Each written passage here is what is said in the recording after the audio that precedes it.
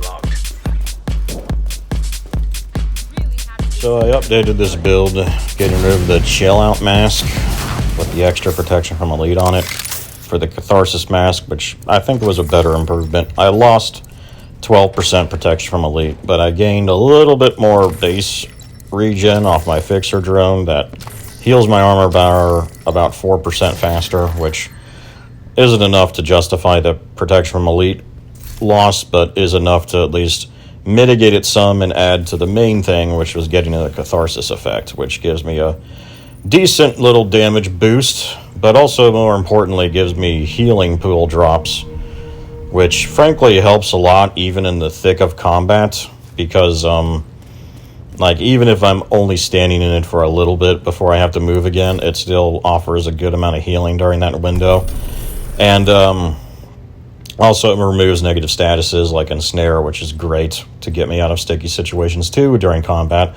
So it's good in like close quarter combat too, but it's also extremely good obviously in cover fire, because then you can just, I mean, those pools that it drops will stack actually, so you can be taking damage and multiple pools will drop that will heal you a crazy amount, and it heals you a percentage based off your armor, so having 6 armor cores is the way to maximize how much it heals you too.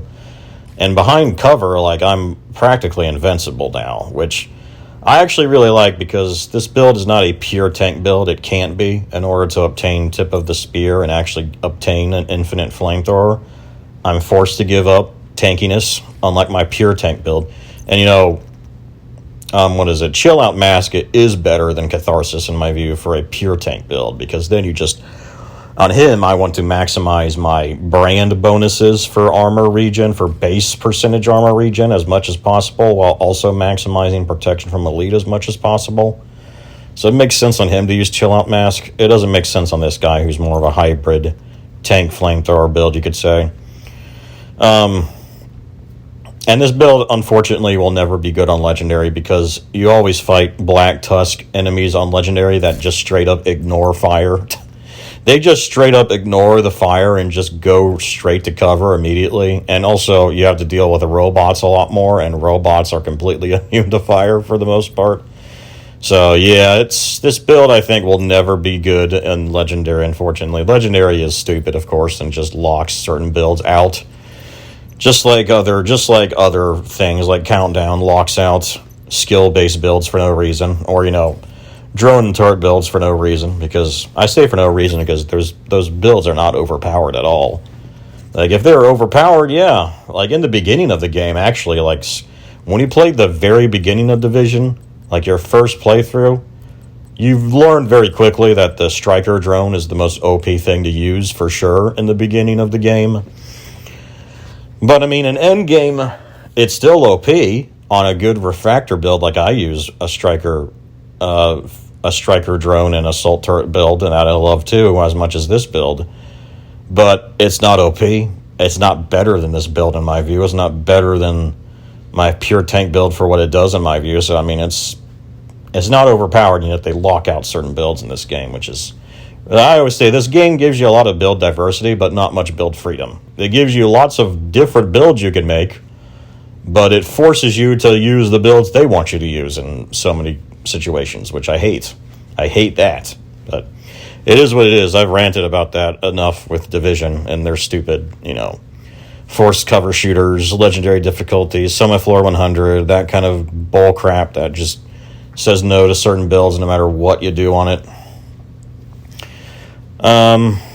But what was going to say? I think it was pretty much done, just showing, again, the Flamethrower build. But for that reason, though, that's what I was going to say. It's like, so it's not good on Legendary at all.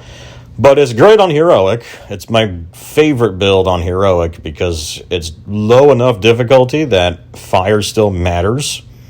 And also it's low enough that I feel like a tank for the most part. I still can't absorb too many hits. I have to go behind cover occasionally, but that's also what having Catharsis is for, combined with Iron Lung. Like, Iron Lung's great, because then I can just stay behind cover, continuously shoot, continuously set enemies on fire, which takes them out of the fight temporarily, as well as takes them out of cover for teammates to kill. And that's the thing, this is a very good team sport build in my view. Because, right, you have Firestarter, which means I'm boosting everyone's damage to enemies that are closer to me because of the Striker Shield and because of the Firestarter specialization. I'm setting enemies on fire through many different means, which just helps everybody if they have a status build, of course, but also just takes enemies out of the fight temporarily. They can't shoot. Unlike, again, on Legendary difficulty, the Black Tusk can even sometimes continue shooting when they're on fire. Like, it doesn't help at all. But yeah, in Heroic, takes them out of the fight temporarily, takes them out of cover guaranteed, so people can pop them off, including me. Like, it just helps me, like, continuously fire on someone once I take them out of cover. Because Iron Lung actually has decent DPS for just the base of the gun, too.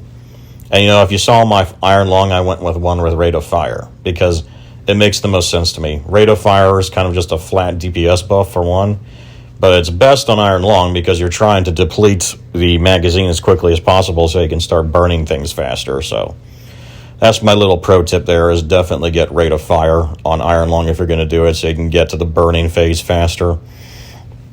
It's not it's only 5%, so it's not like it's that much, but it's still something. It makes me actually wonder if maybe I should use that. What is it, the holster that gives you like 10% Rate of Fire, maybe? But that's not worth it. I'd have to give up Catharsis, I think, and other stuff to maintain Tip of the Spear just to get that, and it would only really benefit Iron Lung, which I only use rarely, actually, not the main source, which is to be in the thick of the fight using the Flamethrower and my shotgun with bonus burn damage on it. And yeah, that's another thing. I don't use Pyromaniac. When I tested it, Pyromaniac actually offers less DPS. I like the just auto shoddy with Ignite on it. It does the most close range damage I feel like I can get on this build without going on a gun build. And that's the other thing. Like, I don't use crit hit chance. I don't use status power, you notice. And that's because one, I don't think it would help that much. And two, I want the armor regen because I take so much damage constantly that I just want to make myself as tanky as possible. Or again, I can get back to cover. I can recover a lot quicker than if I was doing another version of this build where I didn't have all the armor regen or protection from elite. So I can recover quicker to then get back to doing what I'm supposed to be doing, which is just setting things on fire.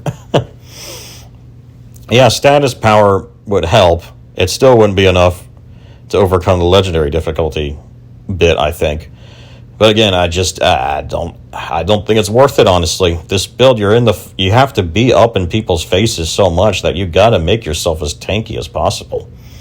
Both your shield and your armor, which is also why I use Vanguard, because Vanguard basically acts as saving me from death all the time because of that few seconds invulnerability I get, so I don't have to worry about my shield breaking suddenly if I need to back away slowly to get behind cover again. If I just went in too deep and I got too many enemies from different angles hitting me. That's also when Vanguard's useful. It also makes it a good team sport build because I give everybody a ton of armor. And in this build in particular is really awesome in Countdown because in Countdown, Vanguard boosts the whole team, but it also gives you armor. So I actually get even tankier during Countdown on this same build. And obviously almost all the enemies are elites, so having protection from elite also helps on it too. And then once you get to like Extraction, well then I'm just setting everything on fire so that people can constantly be laying into them, setting all the hunters on fire, which yeah, they react the same as Black Tusk where they just start running to cover immediately, but it still takes them out from shooting for a little bit and also momentarily takes them out of cover for maybe like the maximum sniper build out there to one-tap them. So that's its use too. Anyway, I've ranted on this enough. So, point is that this is a really fun build. I really like it on Heroic for sure.